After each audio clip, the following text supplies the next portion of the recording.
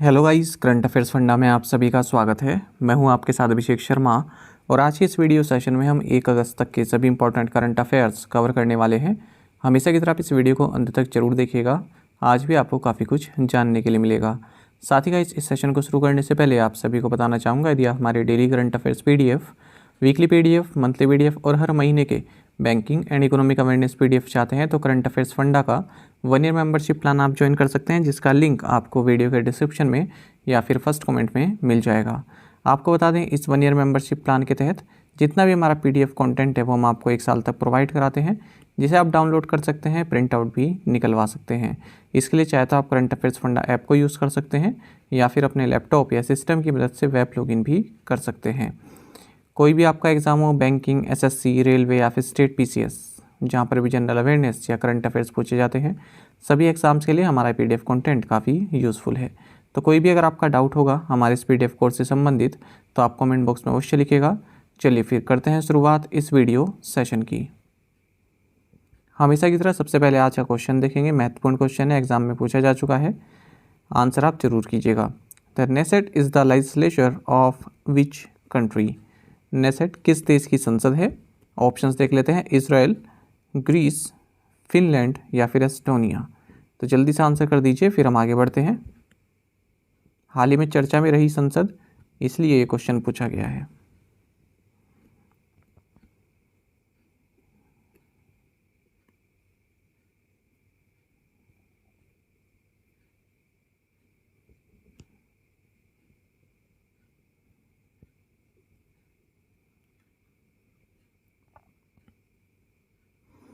Which week is celebrated from 1 to 7 अगस्त every year?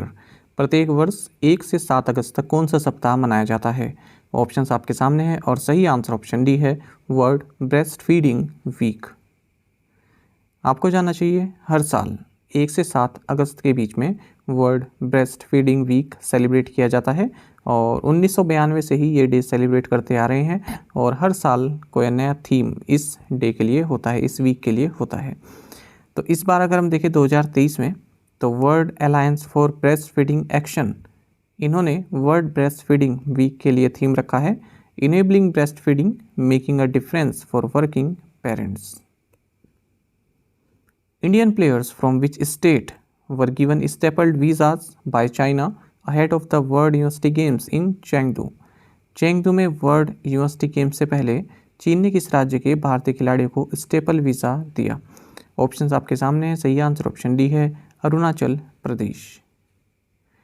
आपको जानना चाहिए, हाल ही में गवर्नमेंट ऑफ इंडिया ने चाइना की चेंगदू में होने वाले वर्ल्ड यूनिवर्सिटी गेम्स में जो भारतीय वुशु टीम है, इसकी पार्टिसिपेशन को कैंसिल कर दिया है और इसका कारण चाइना है, क्योंकि इस वुशु टीम में अरुणाचल प्रदेश से 3 एथलीट्स हैं, जिनके नाम है नॉयमन वांगसू, ओनीलू तेगा एंड मेपुंग लामकू। तो ये तीनों भी पार्टिसिपेट करने वाले थे इन वर्ल्ड यूनिवर्सिटी गेम्स में जो कि चाइना में हो रहे हैं, लेकिन चाइना ने क्या किया कि इन एथलीट्स के लिए स्टेपल्ड वीज़ाज इशू किए हैं और यही जो है भारत के लिए इनफ रीज़न था कि भारत ने अपनी इंडियन वुशु टीम को वापस ले लिया है। आपको बता दें, चाइना कई सालों से जो भी अरुणाचल प्रदेश से हम इंडियन सिटीजन हैं उनको स्टैम्प्ड वीज़ा डिनाई करता आ रहा है और स्टेपल वीज़ा इशू करता है, क्योंकि चाइना कहता है कि जो अरुणाचल प्रदेश है ये टेरिटोरियल डिस्प्यूट है। आपको बता दें, स्टेपल्ड वीज़ा क्या होता है? ये जो रेगुलर वीज़ा होता है जो कि एक कंट्री फॉरेन सिटीजन्स को इशू करती है, उससे अलग होता है।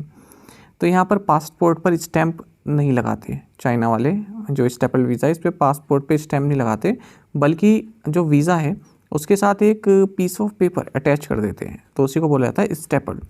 एक कागज़ लगा देते हैं उसी के साथ, वीज़ा के साथ, कि ये आपका एंट्री टिकट है ना। तो अब जबकि असली में क्या होना चाहिए, जो पासपोर्ट है उस पर स्टैंप लगनी चाहिए कि इस जो वहाँ की कंट्री है, जिस कंट्री विजिट कर रहे हैं उस कंट्री की स्टैंप लगनी चाहिए, तभी ऑफिशियल माना जाता है।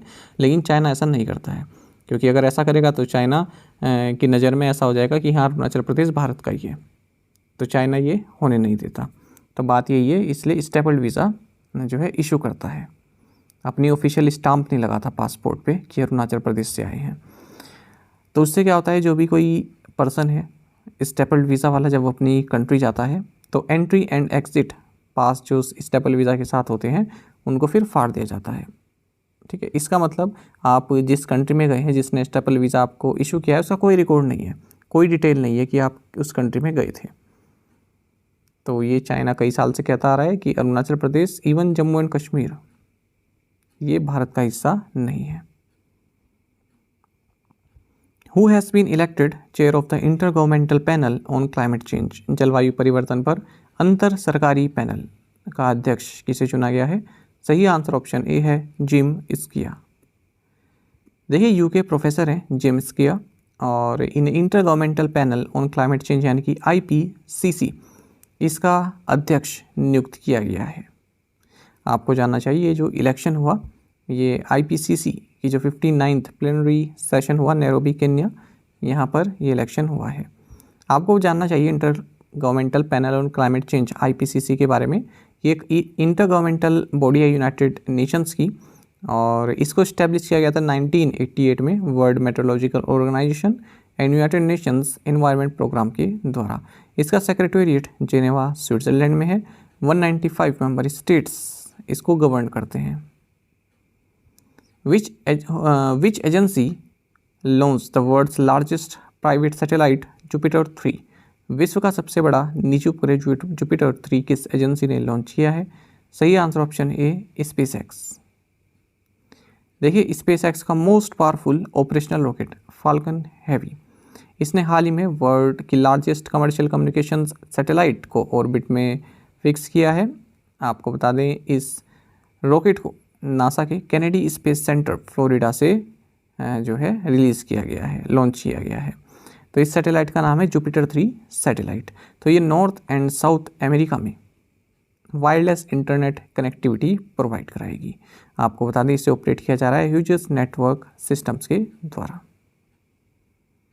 Prime minister Narendra Modi recently launched urea gold in which state? प्रधानमंत्री नरेंद्र मोदी ने हाल ही में किस राज्य में यूरिया गोल्ड लॉन्च किया? सही आंसर ऑप्शन सी राजस्थान। आपको जानना चाहिए, प्राइम मिनिस्टर नरेंद्र मोदी ने राजस्थान के सीकर में एक इवेंट के दौरान यूरिया की एक नई वैरायटी जिसका नाम यूरिया गोल्ड है, इसको लॉन्च किया है। इसके बारे में थोड़ी जानकारी लेंगे यूरिया गोल्ड के बारे में। तो ये यूरिया कोटेड विद सिल्वर, इसकी एक आपको जानना चाहिए, यूरिया की एक नई वैरायटी है और सल्फ़र कोटेड ये यूरिया है। सिल्वर बोल दिया शायद मैंने, माफ़ कीजिएगा, सल्फ़र कोटेड ये यूरिया है। तो सोइल में जो सल्फ़र की डेफिशिएंसी होती है, तो उसी के कारण ये यूरिया गोल्ड बनाया गया है। इससे फार्मर्स की जो इनपुट कॉस्ट है वो भी कम हो जाती है। अच्छा, जो एग्जिस्टिंग अभी कौन सा यूज़ किया जाता है यूरिया? नीम कोटेड यूरिया हम यूज़ करते हैं, तो उससे भी अच्छा है ये यूरिया गोल्ड, इकोनॉमिकली भी और एफिशिएंसी वाइज भी। जनरली जो यूरिया है वो नाइट्रोजन बेस्ड फर्टिलाइज़र यूज़ करता है, जो कि इसेंशियल न्यूट्रिएंट्स प्रोवाइड कराता है प्लांट्स को ताकि उनकी हेल्दी ग्रोथ हो सके। और जो नीम कोटेड यूरिया है, it is a specialised form of urea fertiliser that has been coated with neem oil. तो neem coated urea neem oil से जो है कोटिंग उसकी रहती है। और ये जो यूरिया गोल्ड है, इस यूरिया में कोटिंग की गई है सल्फर की। Which ministry launched Ullas mobile application? किस मंत्रालय ने उल्लास मोबाइल एप्लीकेशन लॉन्च किया? सही आंसर ऑप्शन बी है मिनिस्ट्री ऑफ एजुकेशन। आपको जानना चाहिए, हाल ही में union ministry of education and minister of skill development and entrepreneurship Dharmendra Pradhan, इन्होंने लोगो, स्लोगन जन जन साक्षर and mobile application of Ullas Nav Bharat साक्षरता कार्यक्रम न्यू दिल्ली में लॉन्च किया है। जो ये उल्लास है मोबाइल एप्लीकेशन, इसी संबंधित है पूरा करंट अफेयर। इसका लोगो लॉन्च किया है, स्लोगन लॉन्च किया है। स्लोगन क्या है? जन जन साक्षर। आपको बता दें, उल्लास की फुल फॉर्म है understanding life long learning for all in society. तो हमारे देश में जो लिटरेसी है, जो एजुकेशन सेक्टर है, उसको रिवोल्यूशनाइज करने के तहत ये कदम लिया गया है। इसका मकसद है जो भी सिटीजन्स हैं जो 15 साल या उससे ज़्यादा की एज के हैं, जो स्कूल नहीं जा पाए, जिन्हें अपॉर्चुनिटी नहीं मिल पाई, तो ऐसे लोगों को फाइनेंशियल लिटरेट बनाना और उनको क्रिटिकल लाइफ स्किल्स इम्पार्ट करना। आपको बता दें, ये पूरी तरह से वॉलंटियर सर्विस रहने वाली है। उल्लास ऐप एक यूज़र फ्रेंडली ऐप है और यहाँ पर अगर इसमें कनेक्ट होते हैं जो लर्नर्स हैं, तो कई तरह की चीज़ें उन्हें जानने के लिए मिलेंगी। ठीक है, किसके थ्रू? एनसीईआरटी का जो दीक्षा पोर्टल है उसके through. Which bank released a report predicting India to become the world's third largest economy by fiscal year 28? किस बैंक ने वित्त वर्ष 2028 तक भारत के दुनिया की तीसरी सबसे बड़ी अर्थव्यवस्था बनने की संभावना प्रकट करते हुए एक रिपोर्ट जारी की है? सही आंसर ऑप्शन ए है एसबीआई। देखिए, state bank of India economic research department's report SBI Ecowrap, ये आप सभी जानते हैं एसबीआई की रिपोर्ट है एसबीआई इकोरेप। तो इन्होंने कहा है कि भारत फिस्कल ईयर 28 तक यानी कि 2027-28 तक वर्ल्ड की थर्ड लार्जेस्ट इकोनॉमी बन सकता है और 2027 तक ग्लोबल जीडीपी में भारत का जो शेयर रहेगा ये 4% तक हो सकता है। 2027 तक अगर Bharat current rate of growth से चलता है तो जापान और जर्मनी को पीछे छोड़कर तीसरे नंबर की लार्जेस्ट इकोनॉमी बन जाएगा। आपको बता दें, एसबीआई इकोनॉमिस्ट ने यह भी कहा है कि फिस्कल ईयर 24 में भारत की जीडीपी 6.5% से ज़्यादा से ग्रो करेगी और जो फर्स्ट क्वार्टर है फिस्कल ईयर 24 का, इसमें 8.1% से ग्रो करती नजर आएगी।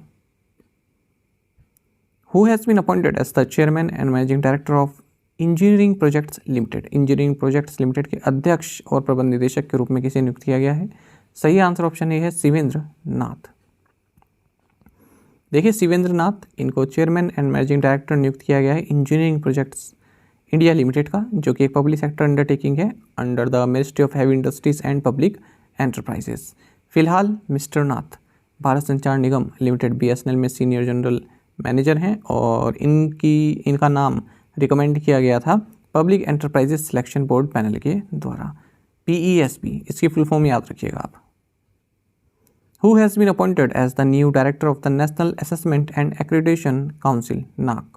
राष्ट्रीय मूल्यांकन और प्रत्यायन परिषद के नए निदेशक के रूप में किसे नियुक्त किया गया है? सही आंसर ऑप्शन सी है जी कनापिरन। देखिए, जी कनापिरन, इनको national assessment and accreditation council यानी कि नाक का न्यू डायरेक्टर नियुक्त किया गया है 5 साल के लिए। आप सभी जानते हैं जो ये NAAC है या नाक जिसे आप कहते हैं, ये एक गवर्नमेंट ऑर्गेनाइजेशन है इंडिया में जो कि हायर एजुकेशन इंस्टीट्यूशंस को एक्सेस करता है और एक्रीडिटेशन उनको प्रोवाइड कराता है। ये यूनिवर्सिटी ग्रांट्स कमीशन के तहत एक ऑटोनोमस बॉडी है, इसका हेडक्वार्टर्स बेंगलुरु में है।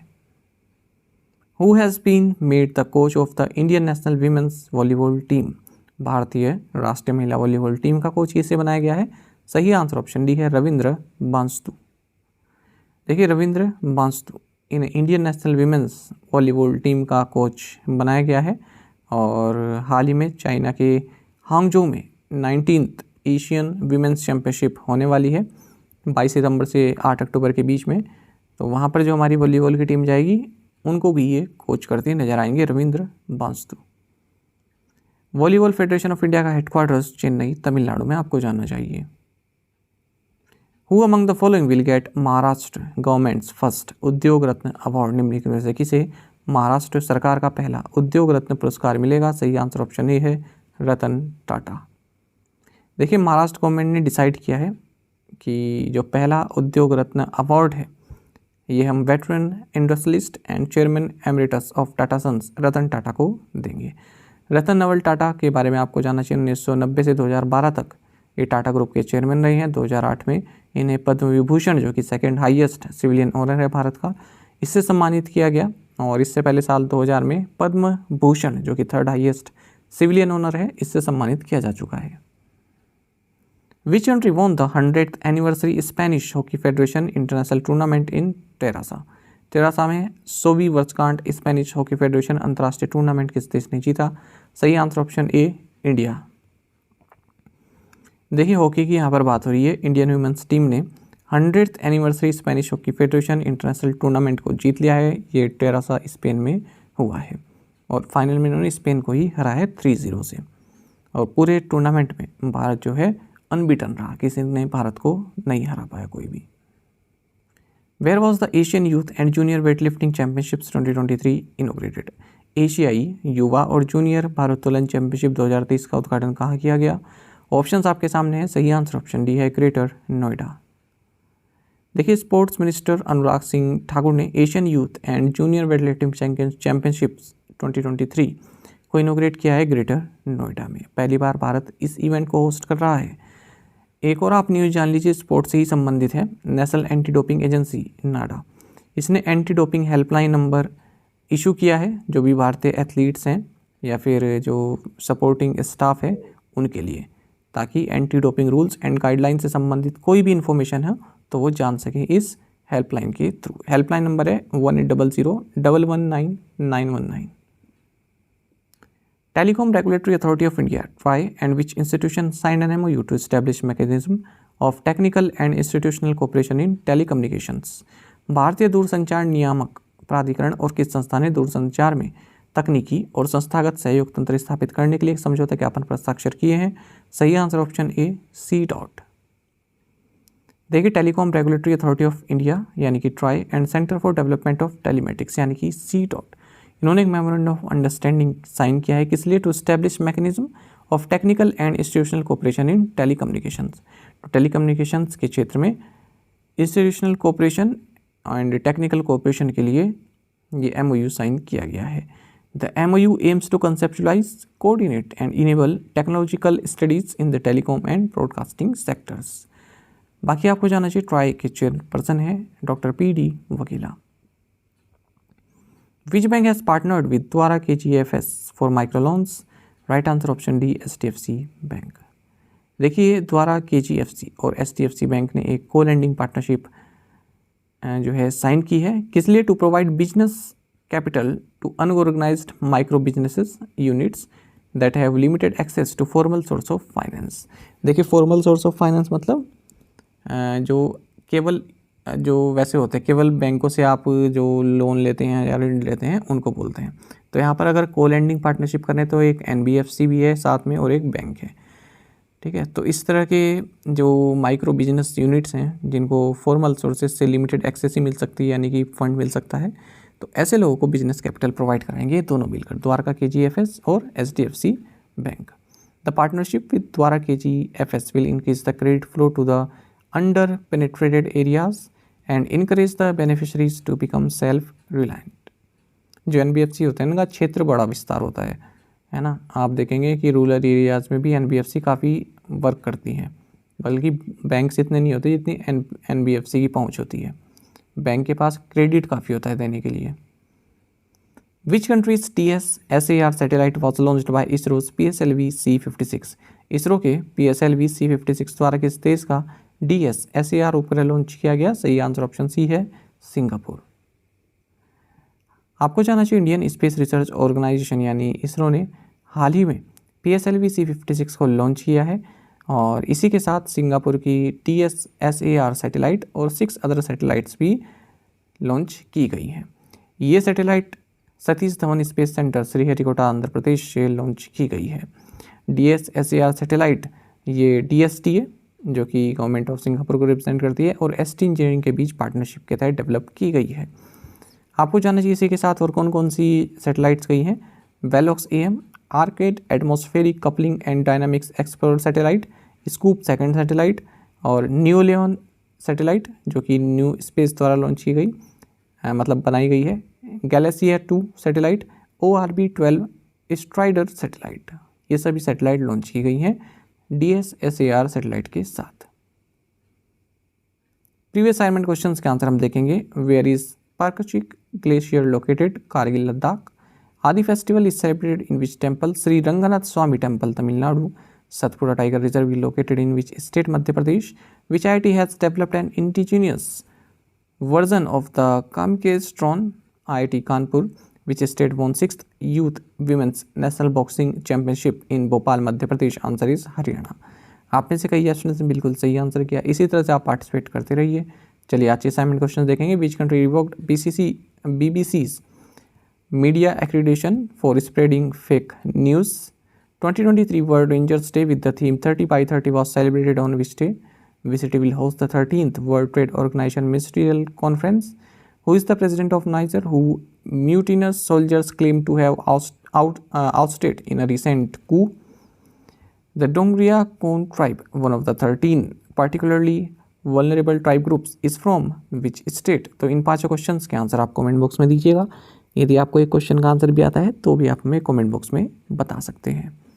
साथ ही करंट अफेयर्स फंडा को आप टेलीग्राम पर भी ज्वाइन कर लीजिए। यहाँ पर रेगुलर वीडियो अपडेट्स और करंट क्विजेस हम आप सभी के लिए डालते रहते हैं। साथ ही डिस्कशन ग्रुप में आप किसी भी क्वेश्चन का सोल्यूशन पा सकते हैं। दोस्तों, हमारे करंट अफेयर्स की प्लेलिस्ट दी गई है, इसको आप जरूर देखें। अपने दोस्तों के साथ, फेलो एस्पिरेंट के साथ हमारे करंट अफेयर्स को आप शेयर जरूर करें। आज का ये सेशन आपको कैसा लगा, आप कमेंट बॉक्स में अवश्य बताइएगा। Thank you guys.